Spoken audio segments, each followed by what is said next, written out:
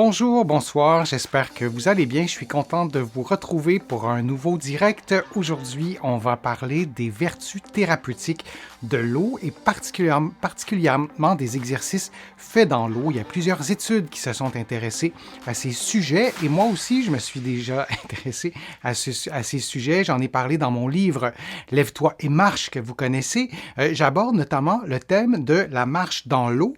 En quoi est-ce bénéfique? Comment on peut utiliser la marche dans l'eau, notamment pour prendre soin de ses articulations? Alors, c'est un sujet qui me passionne et je pense que c'est intéressant d'en parler et d'en parler sur toutes ses coutures. Une meilleure santé du cœur grâce aux exercices faits dans l'eau. Oui, c'est possible et j'allais dire, on serait presque fou de s'en priver. C'est naturel de nager. Les enfants le font vraiment très instinctivement. Donc, c'est intéressant de s'en servir à tous âges pour maintenir sa capacité cardiovasculaire et cardio-respiratoire aussi, hein, les liens avec la santé, le cœur et les vaisseaux sanguins aussi. Tout ça, c'est évidemment étroitement relié. Donc oui, on peut utiliser l'eau et lorsque vous êtes dans l'eau, parce que la résistance à l'eau, elle se fait sur l'ensemble de votre corps, sur l'ensemble aussi, l'ensemble de vos muscles, pour autant que vos muscles sont dans l'eau, pour autant que cette partie du corps est dans l'eau. Donc, il y a cette résistance qui se fait et qui stimule beaucoup de muscles. Alors, il y a des muscles, ça consomme beaucoup d'oxygène. Alors, ne serait-ce que pour ça, c'est un bon environnement pour stimuler la santé de notre cœur, nos capacités cardiovasculaires et cardio-respiratoires. Et la respiration dans l'eau aussi se fait différemment, ne serait-ce que d'être dans l'eau à marcher la tête hors de l'eau, mais si vous nagez, si vous pratiquez, peu importe la nage, hein, si vous nagez sur le dos, même comme ça, vous allez respirer différemment que si vous êtes en dehors de l'eau. Évidemment, si vous nagez la brasse, ben là, il y a une partie de la nage qui se fait la tête sous l'eau. Alors, vous devez contrôler la respiration. Et lorsque vous nagez le crawl, par exemple, ben, vous devez respirer lorsque votre tête est tournée. Et là aussi, la respiration se fait différemment. Alors, les capacités cardiovasculaires et cardio-respiratoires sont étroitement liées et parce que vous êtes dans l'eau, eh bien, ça se fait différemment et je vous en ai souvent parlé. Alors, l'eau, c'est un environnement très, très particulier qui stimule les muscles posturaux d'une autre façon, un peu comme si on était dans l'espace. Et lorsque on est dans l'eau et on respire, les muscles de la respiration, tout le temps, même en dehors de l'eau, ce sont les mêmes aussi que les muscles de la posture pour plusieurs d'entre eux. Alors, lorsqu'on est dans l'eau, notre respiration est interpellée différemment et pour cette raison-là aussi, c'est un bon environnement pour faire des exercices cardio-respiratoires. Alors, je vais vous montrer un programme d'exercices que vous allez trouver dans mon livre « Lève-toi et marche ». Vous allez trouver ce programme-là en détail avec d'autres conseils et même si vous n'avez pas le livre, vous allez pouvoir suivre vraiment très facilement toutes les informations, je vous les présente aujourd'hui.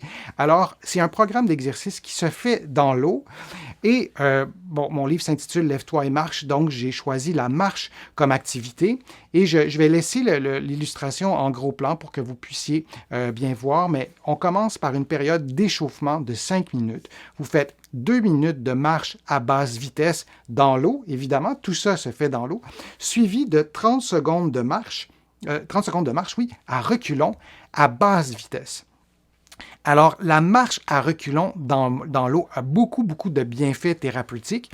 Je vous en ai déjà parlé dans une autre vidéo des bienfaits de la marche à reculons, mais là, on parle de la période d'échauffement. Alors, vous allez commencer par ça.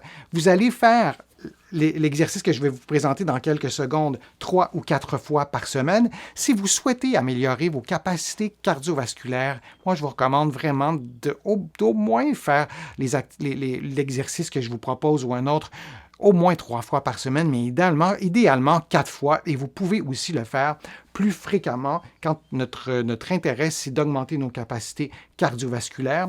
La durée de chaque séance, c'est de 40 à 60 minutes. Là aussi, pour avoir de meilleurs résultats, on recommande une durée un peu plus longue. Si vous n'avez pas fait d'exercice depuis longtemps, peu importe votre âge, vous n'allez pas faire 60 minutes la première fois. Vous allez commencer par 10 minutes, peut-être 5 minutes, selon vos capacités, peut-être un peu plus, mais vous y allez progressivement. Mais vous allez viser, peu importe dans quel délai, vous allez tenter de vous rapprocher du 40 minutes, puis du 60 minutes, parce qu'on a de meilleurs résultats dans ces conditions-là. Et la durée totale du programme pour pouvoir avoir un effet d'entraînement, pour pouvoir augmenter ses capacités cardiovasculaires et cardio-respiratoires, par exemple, pouvoir monter plusieurs étages à pied sans être trop essoufflé, pour pouvoir courir plus rapidement.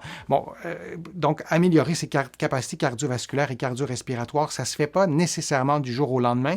Si les vôtres sont déjà relativement bonnes, peut-être que ça prendra un peu plus de temps pour les améliorer. Vous allez peut-être voir une amélioration aussi rapidement selon votre état de santé, mais pour avoir des effets durables, pour pouvoir vraiment profiter de votre programme d'entraînement, il faut persister et il faut faire les exercices pendant idéalement de 8 à 10 semaines.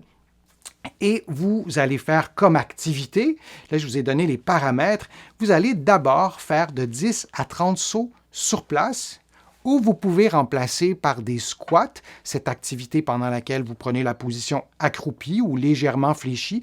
Mais si vous pouvez, moi, je vous conseille de faire des sauts. Alors, la première partie, vous faites 10 à 30 sauts. Ensuite, vous faites 2 minutes de marche à vitesse moyenne ou à vitesse élevée. Évidemment, vous êtes dans l'eau. Donc, la résistance de l'eau fera en sorte que vous ne pourrez pas courir aussi rapidement. On le sait, en raison des propriétés thérapeutiques de l'eau, vous allez marcher moins vite, mais dans votre tête, vous marchez, dans votre perception, vous marchez le plus vite possible. Donc, 2 minutes, vous faites 1 minute de marche à reculons à vitesse modérée. Et ce qui est quand même assez essoufflant, si vous n'êtes pas habitué de marcher à reculons, ça stimulera aussi bien sûr l'équilibre et vous faites 1 minute de marche à basse vitesse et vous reprenez cette séquence jusqu'à la fin de votre séance qui durera, comme je le disais, entre 40 et 60 minutes. Et vous adaptez tout ça à vos capacités physiques, vous suivez les contre-indications qu'on vous a données et vous prenez des précautions dans certains contextes de santé. Mais c'est un programme intéressant pour profiter des propriétés thérapeutiques de l'eau. Il y a d'autres façons aussi de faire un programme semblable, mais vous pourriez remplacer la marche par la nage en nageant à différentes vitesses ou utiliser différents styles de nage. Donc, vous pourriez prendre la même logique, mais vous allez faire 2 minutes de nage, par exemple, sur le dos et vous allez ensuite alterner avec 1 minute de brasse ou de nage sur le ventre, peu importe laquelle, et vous pourriez, pour une des deux nages, nager un peu moins vite et l'autre un peu plus rapidement. Encore une fois, pour faire un entraînement par intervalle, on entend beaucoup, et je vous en ai déjà parlé, des intervalles à haute intensité, mais vous pouvez faire des intervalles à intensité modérée ou à faible intensité aussi. Ça peut être intéressant pour améliorer votre capacité cardiovasculaire et vous pourriez aussi faire les exercices dans l'eau, sur un vélo qui est conçu pour aller dans l'eau. Peut-être que dans votre région, il y a des classes comme ça d'aérobie dans l'eau. C'est intéressant. Si vous avez un problème articulaire, si vous avez de l'arthrite, de l'arthrose, si vous vous êtes blessé, vous avez une entorse à la cheville, par exemple, parfois, c'est une façon intéressante de reprendre une activité cardiovasculaire pour pouvoir, sans être limité par la douleur, par d'autres problèmes musculo-squelettiques. Aussi, parfois, il y a des contre-indications à la reprise de l'activité physique. Je vous parle de cardiovasculaire. Par exemple, si on a eu une entorse à la cheville, le médecin peut nous dire « c'est pas une bonne idée que tu mettes du poids sur la cheville ». J'ai des patients qui me disent « je suis en train de devenir fou ou devenir folle parce que je ne peux plus bouger ». C'est une façon de faire de stimuler notre cardiovasculaire en faisant des exercices comme ça. Il y a aussi des tapis roulants qui sont conçus pour aller dans l'eau.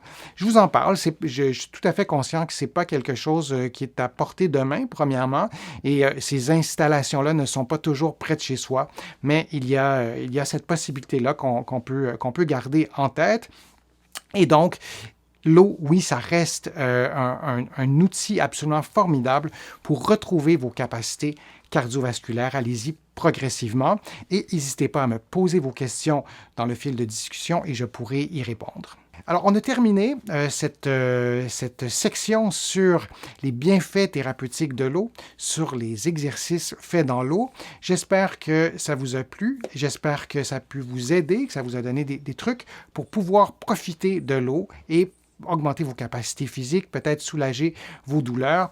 Je vous invite à cliquer j'aime, à partager la vidéo, à partager le direct sur vos réseaux sociaux et je vous invite aussi à visiter mon site web, le www.denisfortier.ca. Vous allez trouver beaucoup d'autres conseils et vous allez pouvoir aussi faire des contributions.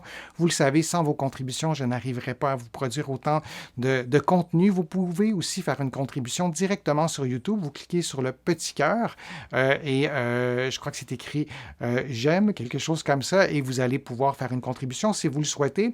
Vous allez aussi trouver beaucoup d'informations dans mes livres, mais notamment mon livre Lève-toi et marche. Des conseils sur la marche dans l'eau, mais aussi sur la marche en général. Et vous allez trouver mes livres partout au Canada, en librairie et sur le web. Mes livres sont aussi de l'autre côté de l'Atlantique. Vous allez notamment pouvoir les trouver à la librairie du Québec à Paris. Vous pouvez commander les livres. Je crois qu'ils font la livraison aussi un peu partout en Europe et dans le nord de l'Afrique, mais renseignez-vous. Alors, j'espère que tout ça vous a plu. Je vous souhaite une bonne journée, une bonne fin de journée et au plaisir de vous revoir pour une prochaine vidéo, pour un prochain direct. À bientôt.